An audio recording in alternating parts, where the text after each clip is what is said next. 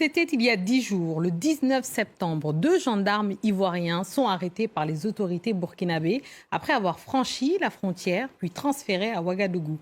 Les 2 gendarmes s'étaient retrouvés par inadvertance de l'autre côté de la frontière après une course-poursuite avec des orpailleurs clandestins. Le porte-parole du gouvernement ivoirien s'est exprimé pour la première fois hier, se montrant rassurant. Les précisions de Julia Guggenheim. L'incident aurait pu être sans conséquence. La délimitation des frontières entre le Burkina Faso et la Côte d'Ivoire n'est d'ailleurs pas véritablement formelle dans un certain nombre de zones. Et puis le village de Kouameya où ont été arrêtés les 2 gendarmes ivoiriens se trouve d'après le découpage administratif ivoirien sur le territoire national. Et puis, si ce n'est pas la première fois que des militaires sont arrêtés dans ces zones frontalières, ce qui est inédit ici, c'est que les 2 gendarmes ont été directement déférés à Ouagadougou.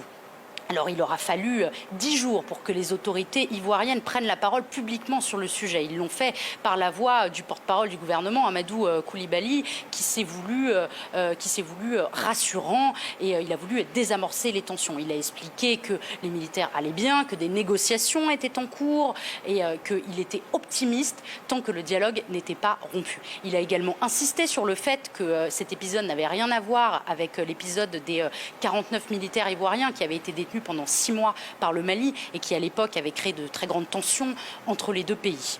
En ce qui concerne ensuite les autorités burkinabées, elles, d'après le média Jeune Afrique, elles veulent conditionner la libération de ces 2 gendarmes à l'extradition de militaires et d'hommes politiques qui se trouveraient actuellement sur le territoire ivoirien et qui sont accusés au Burkina Faso de complot contre le capitaine Traoré. Pour le moment, en tout cas, les 2 pays maintiennent un dialogue sur un certain nombre de sujets et notamment sur les questions sécuritaires et de lutte contre les groupes armés qui sévissent à leurs frontières.